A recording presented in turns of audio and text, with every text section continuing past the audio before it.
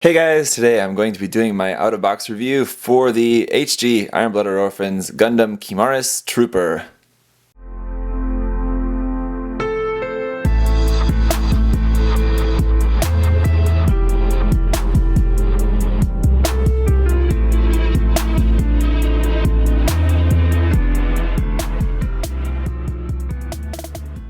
Now, the first thing I gotta say is, what is with that name, Kimaris Trooper? What does that mean? Like, why did they choose such a boring, dumb name for this? I have no idea. I don't know.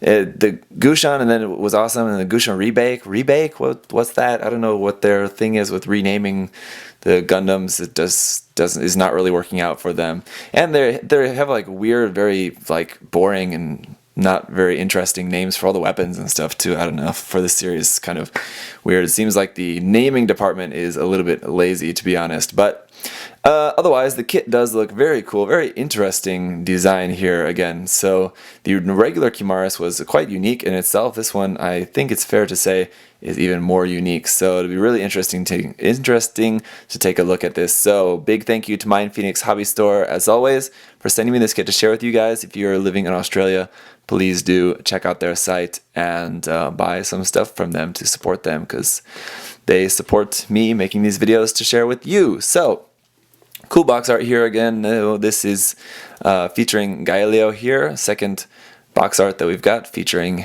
his very beautiful face there, I guess you could say.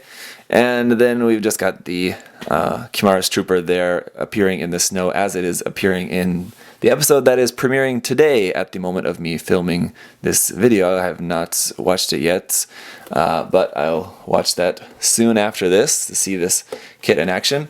Around on the side, we've just got number 16 in the line there. Let's go around to the bottom of the box. Here we can see the very long lance has now been replaced with a very long, sort of dull lance. It's not pointed anymore. It now has this sort of just dull end on it, and seems much more bulkier. Anyway, it looks cool. So we'll have to see how the hand is able to hold that. It definitely looks heavier than the previously included lance. And then the back skirt is really quite cool, except for that little like fin thing on the end of it, hook kind of thing. Don't really know about that, but otherwise it looks cool. The feet, of course. I really like the legs in like the normal Gundam mode. The design of the legs, I think, looks really cool, better than the original Kimaris. Not really a big fan of this mode though. Trooper mode, I guess they're calling it there. What's with these things here in front? I don't really like that. It's supposed to be like some thrusts, like support, basically. It looks too small and tiny though, and just the shape of it looks really weird. We are going to have this small little base included though, which is nice. I think very important for that mode.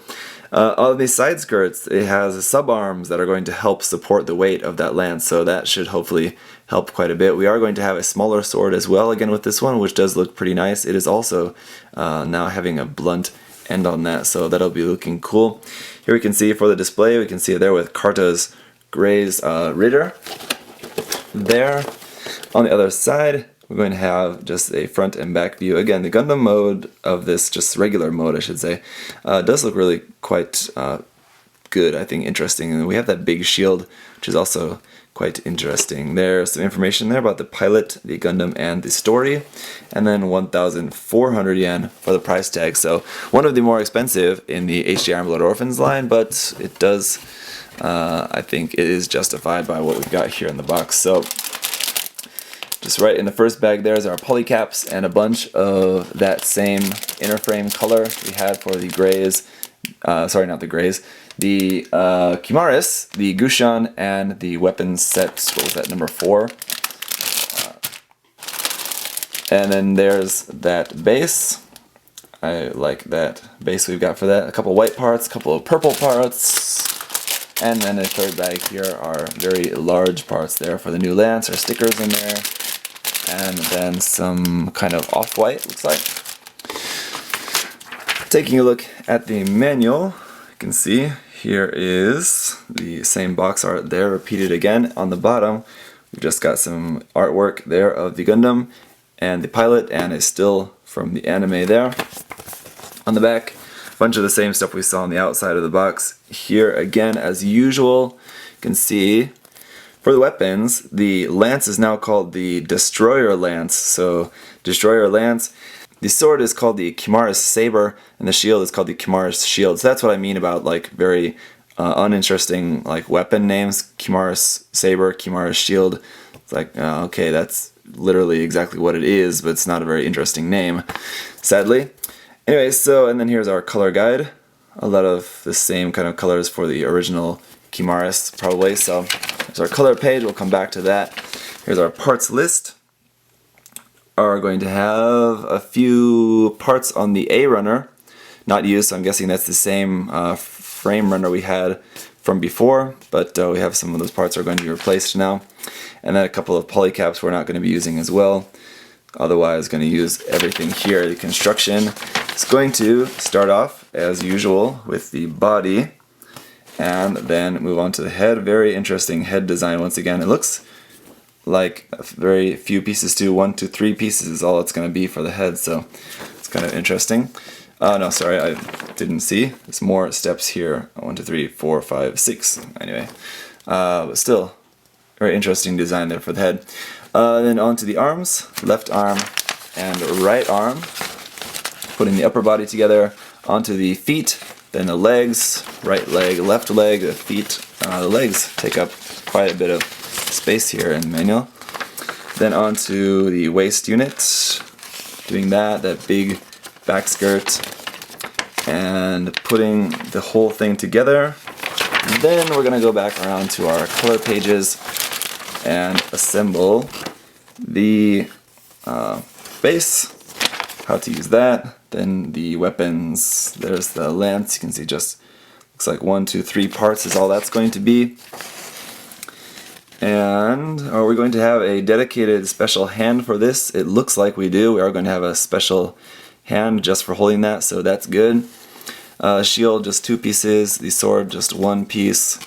And that is it. Then it's going over the transformation. Probably just basically just like folding open the legs. And that's pretty much it. Then using the subarm to hold the lance. So let's go ahead and take a closer look at the runners.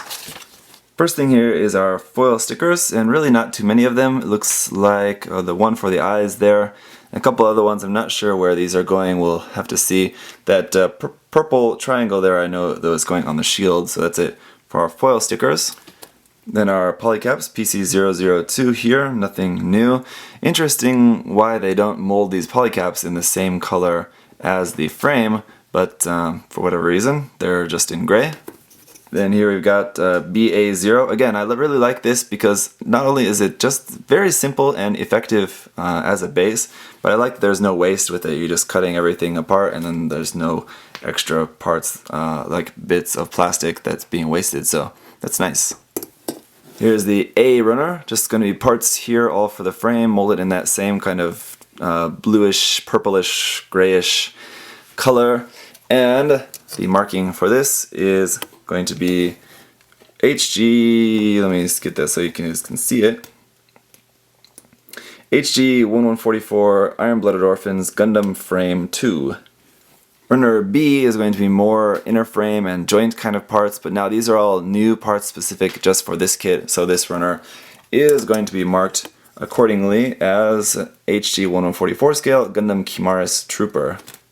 Runner C is in this kind of just slightly off-white color. It's not totally white, it is slightly gray, and obviously just a lot of the outer armor parts there, arms, legs, head. Basically everything that's this whitish color on the kit is all here on the C runner for the most part. Runner D is all of our purple parts. Really nice bright purple color again here for the D runner. Runner E is our 4 little white parts. Now this is actually pure white. These are for the sides of the head, the collar, and the cockpit hatch. And finally, runner F. This is in a kind of navy blue color, basically. It's going to be the parts for the weapons, accessories, the shield, the saber, and the lance are all on here on the F runner. And that is going to be about it. So that's all for unboxing. The HG Kimaris Trooper. Looks like a cool kit. I'm I'm excited to see this mobile suit in action, this Gundam in action in the series. I think that will make me like it, just be more excited about the kit in general. Very interesting, so I'm definitely looking forward to checking it out just because of some very unique features about this kit. That's one thing that this line has been doing very well, producing some unique kits, but they're also been really nice quality, so that's good. Let's go ahead and check out the review coming up next. Thank you guys for watching. If you do have any other questions or comments, leave those down below. Otherwise, I'll see you next time. Bye bye.